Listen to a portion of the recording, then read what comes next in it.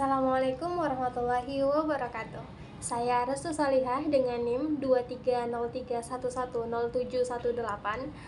Pada kesempatan ini akan mempresentasikan proposal tugas pemodelan matematika saya dengan judul Analisis Dinamika Model Predator Prey yang menggabungkan kanibalisme predator dan tempat perlindungan.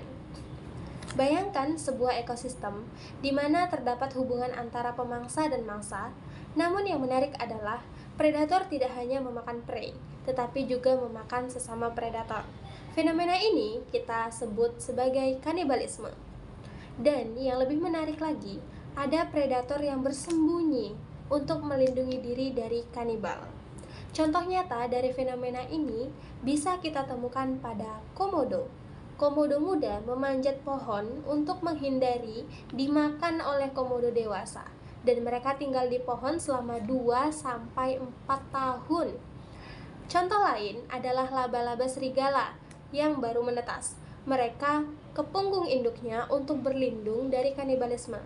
Penelitian ini penting karena model yang menggabungkan kanibalisme dan perlindungan predator belum banyak dikaji secara matematis. Jadi, ini adalah kontribusi baru dalam pemodelan ekologi. Sekarang, kita akan masuk ke model matematikanya.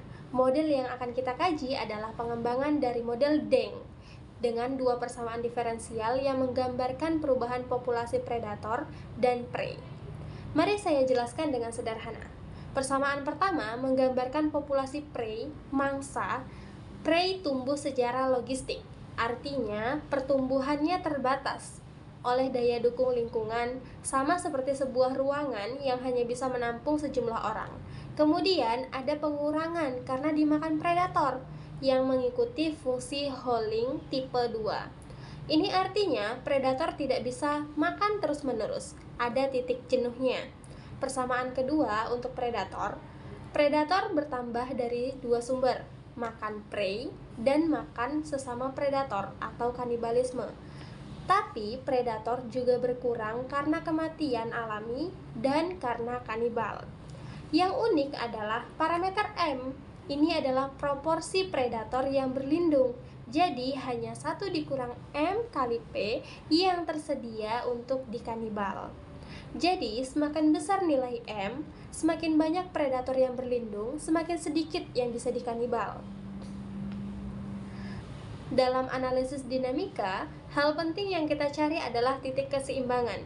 Kondisi ini di mana populasi tidak berubah lagi terhadap waktu. Model ini memiliki 4 titik keseimbangan. Pertama, E0, di mana kedua populasi punah ini selalu tidak stabil, yang artinya sistem tidak akan bertahan di kondisi kepunahan total. Kedua, E1, di mana prey punah tapi predator masih hidup. Ini bisa terjadi jika kanibalisme cukup kuat untuk menopang kehidupan predator. Ketiga, E2, di mana predator punah dan prey mencapai kapasitas maksimal lingkungan. Keempat, E3, yang paling menarik, titik koeksistensi di mana kedua populasi hidup bersama. Untuk menentukan kestabilan, kita menggunakan matriks Jacobian dan menganalisis nilai eigennya. Jika semua nilai eigen memiliki bilangan real negatif, maka titik tersebut stabil asimptotik lokal. Artinya, jika sistem sedikit terganggu, ia akan kembali ke titik keseimbangan. Yang paling menarik adalah analisis kestabilan global untuk titik koeksistensi menggunakan fungsi Lyapunov yang menjamin bahwa dari kondisi awal manapun, sistem akan menuju ke titik keseimbangan tersebut. Salah satu temuan menarik dalam penelitian ini adalah terjadinya bifurkasi maju. Apa itu bifurkasi maju? Sederhananya, bifurkasi adalah perubahan kualitatif dalam perilaku sistem ketika suatu parameter melewati titik kritis. Bayangkan, seperti air yang dipanaskan, pada suhu tertentu, ia akan berubah dari cair menjadi uap. Itu akan menjadi perubahan kualitatif. Dalam model ini, bifurkasi maju terjadi pada parameter C1, laju konversi predasi. Ketika C1 melewati nilai kritis, titik kepunahan predator berubah dari stabil menjadi tidak stabil, dan muncul titik koeksistensi yang stabil. Untuk memverifikasi hasil analisis teoritis, dilakukan simulasi numerik menggunakan metode Runge-Kutta-Pardee 4 di MATLAB. Simulasi ini menunjukkan berbagai diagram bifurkasi yang mengilustrasikan bagaimana perubahan parameter mempengaruhi dinamika sistem. Contohnya, ketika laju predasi prey meningkat, sistem meningkat transisi dari limit cycle, osilasi periodik ke titik keseimbangan stabil, dan akhirnya ke kepunahan prey. Ini menunjukkan bahwa predasi yang terlalu intens bisa menyebabkan kepunahan prey. Sebagai penutup, mari saya rangkum metodologi dan kesimpulan penelitian ini. Metodologi penelitian meliputi 8 langkah sistematis, dimulai dari membentuk asumsi model, membangun model matematika, menentukan titik keseimbangan, analisis kestabilan lokal dan global, analisis bifurkasi, hingga simulasi numerik dan penarikan kesimpulan. Kesimpulan utama penelitian ini. Pertama, model memiliki 4 titik keseimbangan dengan kondisi kestabilan yang berbeda-beda.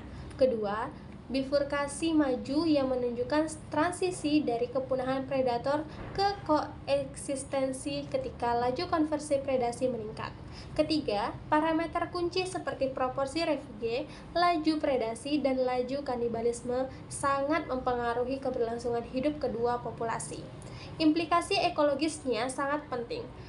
Kanibalisme berperan dalam keberlangsungan predator saat prey langka, sementara refuge mencegah kepunahan akibat kanibalisme berlebihan.